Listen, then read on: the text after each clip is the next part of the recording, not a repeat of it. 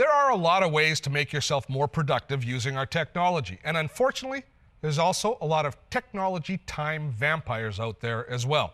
Let's start today looking at email, which is probably the most crucial business tool, and it can end up being the biggest time waster as well.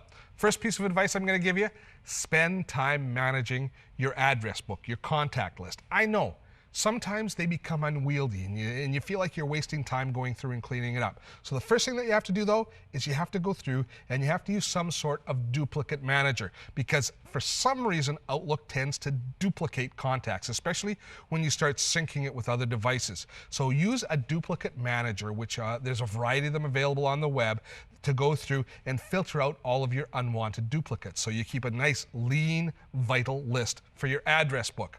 The next thing you want to do is when you're emailing back and forth with people is add them to your address book. So it's the easiest thing to do. All you have to do is when you receive an email from somebody who you want to save their address, just right-click on their address right within the email that you receive. And there you have the ability to automatically add them to your Outlook contacts. And when you do that, take a little bit of extra time. Usually in their signature file, they'll give you their phone number, their address, and their job title. Enter that information in as well. The reason you want to do this is months later, after this email is long forgotten, you're going to want to send these people an email again. And so typically what will happen is you'll end up searching through all of your filed messages to find their email address and wasting a whole bunch of time. A little bit of time now, putting their email address into your address book means that when you want to send them an email later on, it's there right at your fingertips. A little bit of time today saves you a lot of time down the road. Next tip I want to point out is take some time occasionally, not maybe every week, but maybe every couple of weeks, and go in and take a perusal through your junk email folder. You trust Outlook and you trust your other email software to filter all of the spam that you receive, but the odd time something valuable gets filed away by accident. So spend some time and browse through it. You might find a little piece of gold that ends up being a really good business contact or an opportunity that you might miss if you don't take some time and go through it. The next thing is take time to organize your email as it comes in. You know, the best productivity gurus talk about only handling any piece of paper, real or virtual, one time. So their recommendation is open an email, respond to it, file it, or delegate it. And don't use your inbox as a filing system. Now, this is one that we're all guilty of, and I as well. Now, a few seasons ago, we looked at a great piece of software called GTD, which stands for Getting Things Done.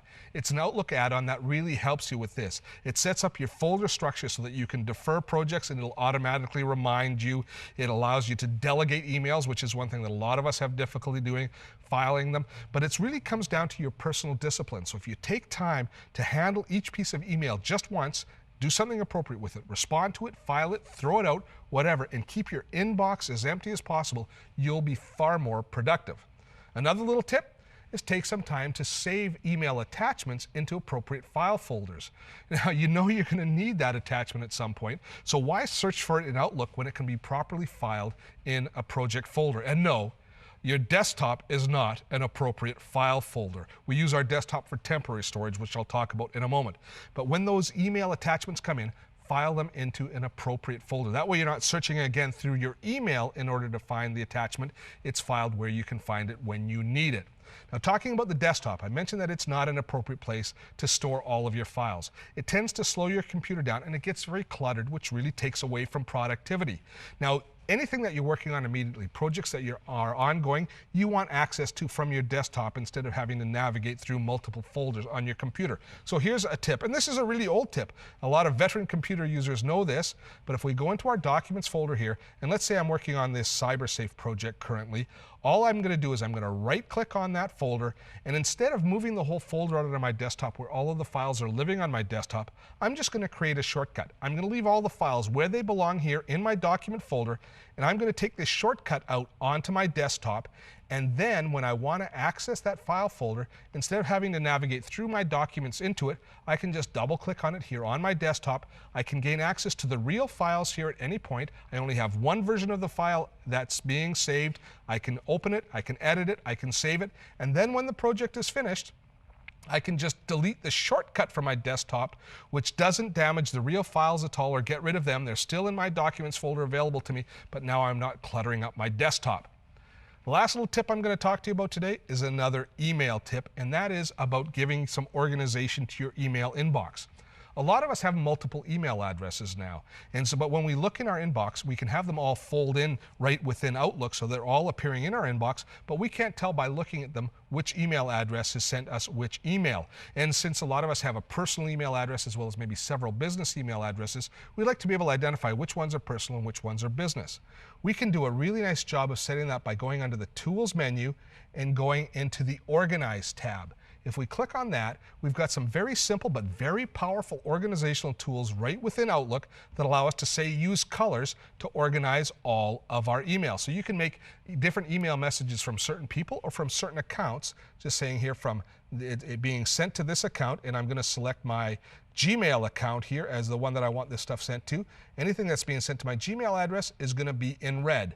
And when I apply that, all of the emails sent into my Gmail account will now appear in my inbox in red, so I can instantly identify which account it's being sent to. I know that I often harp on the need for you to learn more about the software that you've installed on your computer, but there's a very good reason for this. If you don't master your technology, then your technology tends to master you. How often have I heard people complaining about becoming a slave to a piece of technology? Well, I believe that's because they don't make the effort to learn more than just the basics. These tips I've showed you today, they are just the tip of the iceberg. There is way more to learn, and with a little work on your part, you're going to benefit from the effort. Want more information on the products that we covered on today's show? Then check out our website. We've got podcasts, streaming video, and a searchable database going all the way back to our first season. Check it out at dottotech.com.